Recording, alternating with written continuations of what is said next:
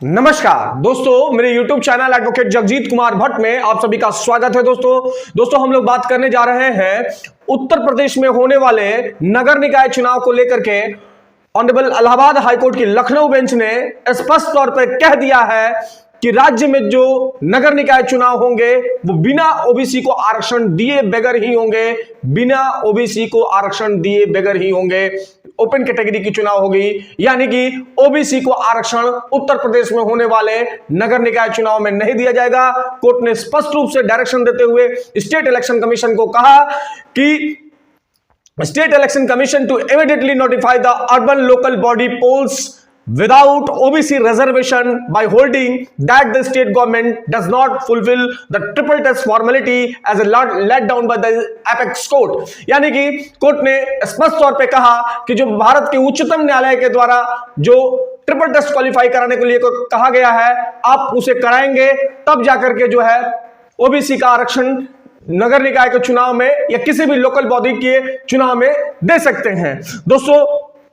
इसी को लेकर के कुछ इसी तरीके की बात हमारे बिहार में भी नगर निकाय चुनाव को लेकर के honourable supreme court of India ने और ऑनरेबल पटना हाई कोर्ट ने कहा था कि आप किसी भी तरीके से निकाय चुनाव में बिना ओबीसी को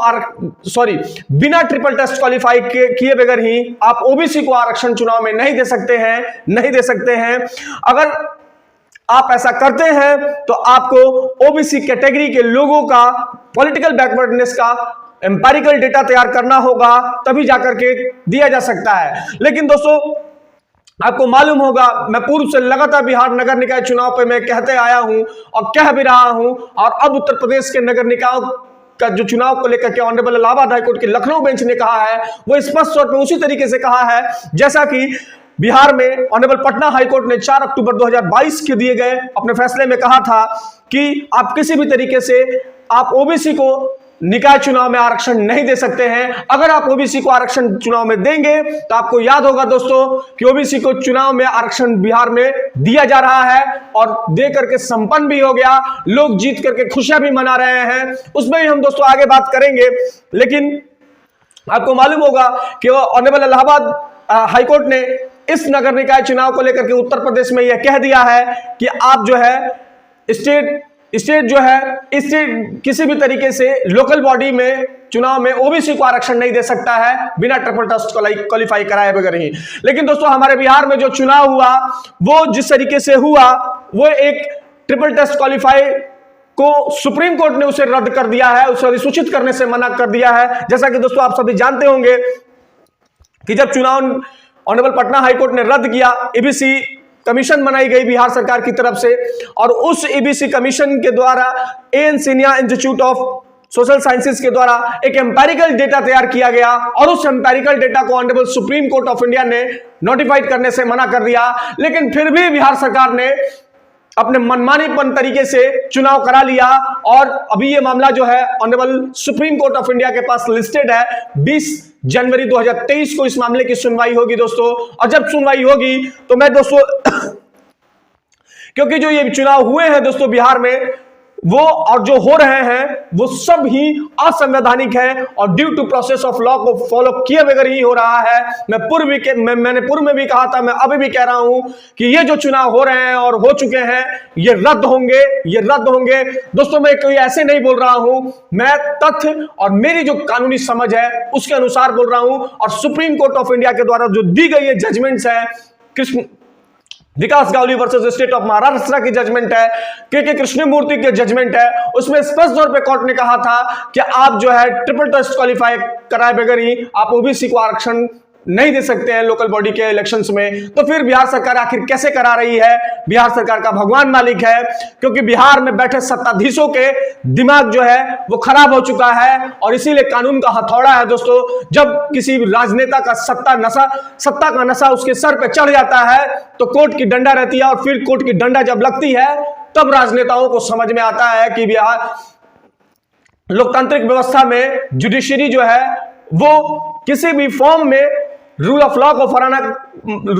फॉलो कराना जानती है और ड्यू प्रोसेस ऑफ लॉ को फॉलो कराना जानती है। एक इलस्ट्रेशन आपके बिहार में देखा गया और एक इलस्ट्रेशन आप इलाहाबाद हाईकोर्ट की जो दी गई है कि विदाउट जो है आप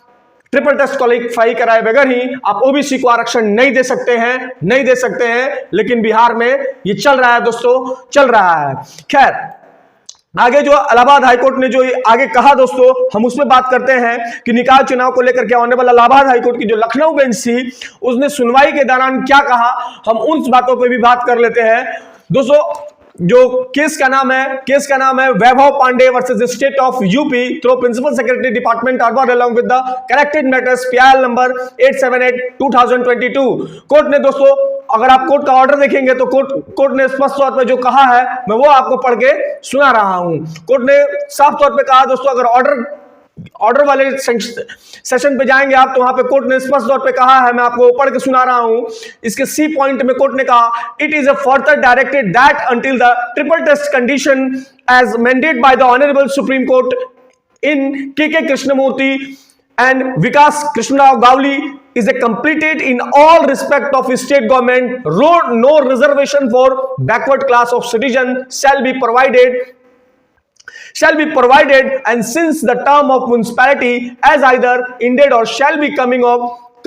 to end by 31/1/2023, as per the process of completion of the triple test condition being erroneous is likely to take a considerable time, it is directed the state government and state election commission shall notify the election immediately। यानी कि court ने स्पष्ट तौर पे कहा कि आप जो है इलेक्शन में अगर ओबीसी को अगर आरक्षण देते हैं तो आपको KK कृष्णमूर्ति और Vikas Gawli versus state of Maharashtra वाली जजमेंट को जो सुप्रीम कोर्ट ने फॉलो किया है, आप उसको फॉलो करें और आप किसी भी तरीके से रिजर्वेशन बैकवर्ड क्लास को नहीं दे सकते हैं। अगर आप देंगे तो आपको ट्रिपल टेस्ट क्वालिफाई कराना पड़ेगा और आप जो है ये इलेक्शन बिना ओबीसी को आरक्षण दिए बगैर ही कराएं, जितनी जल्दी हो आप नोटिफिकेशन जो है उसे इशू करें। कोर्ट ने दोस्तों आगे जो कहा, मैं आपको एक लाइन पढ़ के और भी सुनाना चाहूंगा कि कोर्ट ने यह भी कहा कि we also directed the once the dedication commission to constitute for undertaking the exercise of conducting